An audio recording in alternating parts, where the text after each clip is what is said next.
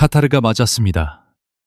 정확히 말하면 세계 LNG 시장의 심장부가 타격을 받았습니다. 많은 사람들은 이번 사태를 중동의 또 하나의 무력 충돌로 봅니다. 하지만 그렇게 보면 핵심을 놓치게 됩니다.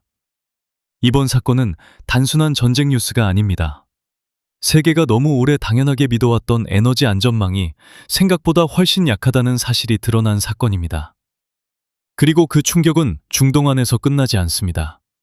유럽으로 번지고 아시아로 번지고 결국 한국의 물가와 산업 원가까지 흔들 수 있는 구조로 커지고 있습니다. 사태의 중심에는 카타르가 있습니다. 카타르는 세계 최대 LNG 수출국 가운데 하나입니다. 전 세계 LNG 공급의 큰 비중이 이 나라를 통해 움직입니다. 그런데 그 카타르의 핵심 LNG 허브 라스라판 산업도시가 실제로 타격을 받았습니다. 핵심 에커트레인 2기와 GTL 설비 1기가 멈춰섰고 이 여파로 카타르 전체 수출 능력의 약 17%가 흔들리게 됐습니다. 이 숫자가 왜 무서운가?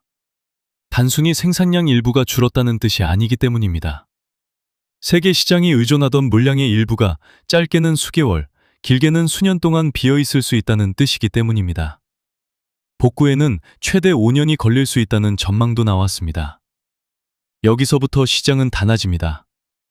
시장에게 중요한 건 미사일이 몇 발 날아갔는지가 아닙니다.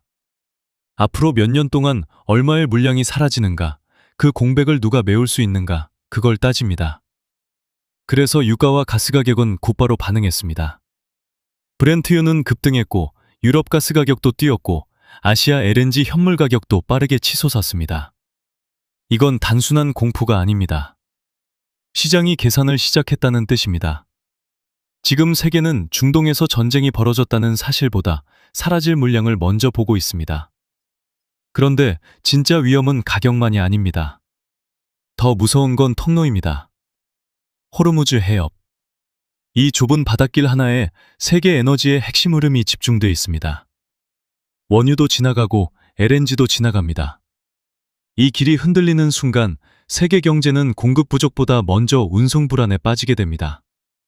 사람들은 종종 봉쇄라는 말을 들으면 완전히 닫힌 상황만 떠올립니다. 하지만 실제 시장은 다르게 움직입니다.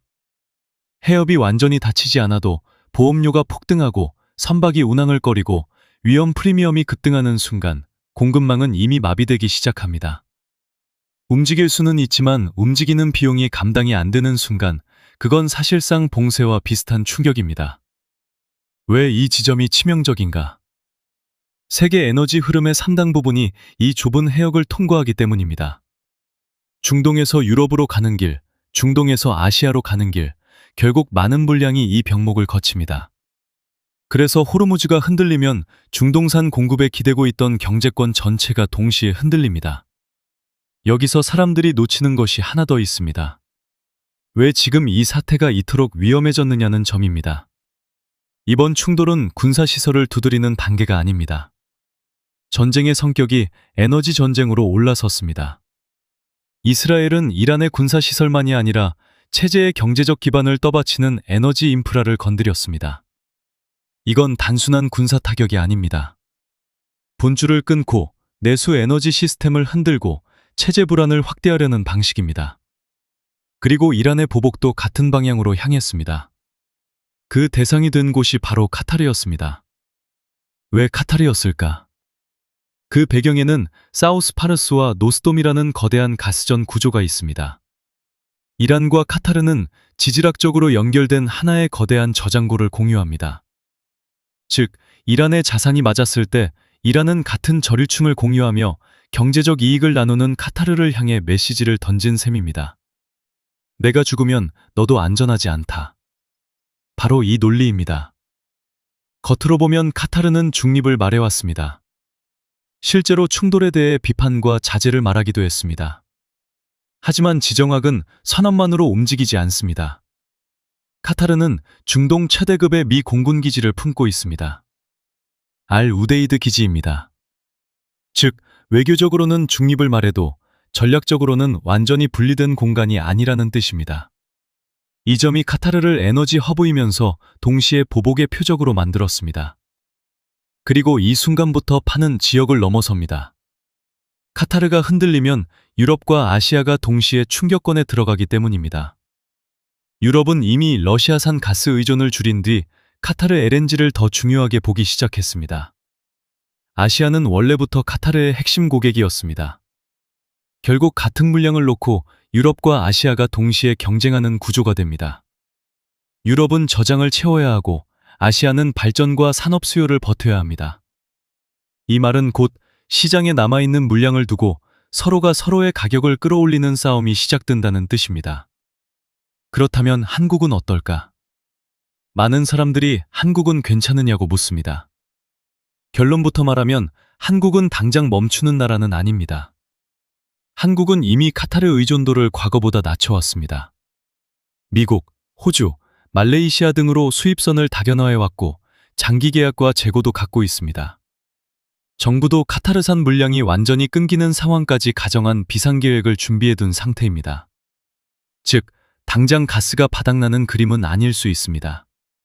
하지만 여기서 중요한 건 지금부터입니다. 버틸 수 있다는 말과 같은 가격으로 버틸 수 있다는 말은 전혀 다릅니다. 한국의 진짜 위기는 물량보다 먼저 비용에서 시작될 가능성이 큽니다. 카타르산 장기 계약 물량에 차질이 생기면 부족분은 결국 현물 시장으로 가야 합니다. 그런데 현물 시장은 지금처럼 위기가 커질수록 폭발적으로 비싸집니다. 즉, 한국은 살아남을 수는 있어도 더 비싼 비용을 감수하면서 버텨야 할 가능성이 큽니다.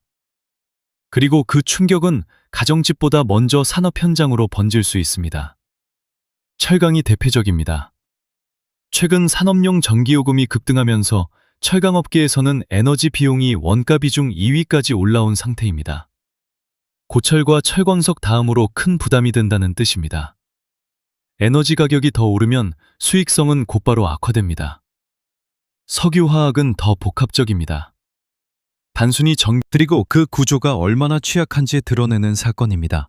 하지만 여기서 진짜 중요한 건 모두가 같은 방식으로 무너지는 게 아니라는 점입니다. 러시아는 고유가로 더 많은 돈을 벌 수 있고 미국은 LNG를 더 비싼 값에 더 강한 조건으로 팔 수 있습니다. 중국은 비축과 육상 파이프라인, 그리고 전기차 중심 구조 전환 덕분에 충격을 상대적으로 분산시킬 수 있습니다.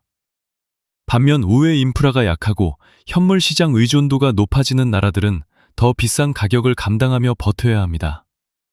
결국 이번 위기는 누가 더 많이 잃느냐의 문제가 아니라 누가 이 혼란 속에서 다음 시장 점유율과 협상력을 가져가느냐의 문제이기도 합니다. 누가 버틸 것인가? 누가 무너질 것인가? 그리고 누가 이 혼란 속에서 다음 질서의 승자가 될 것인가? 지금 세계는 그 답을 향해 움직이고 있습니다.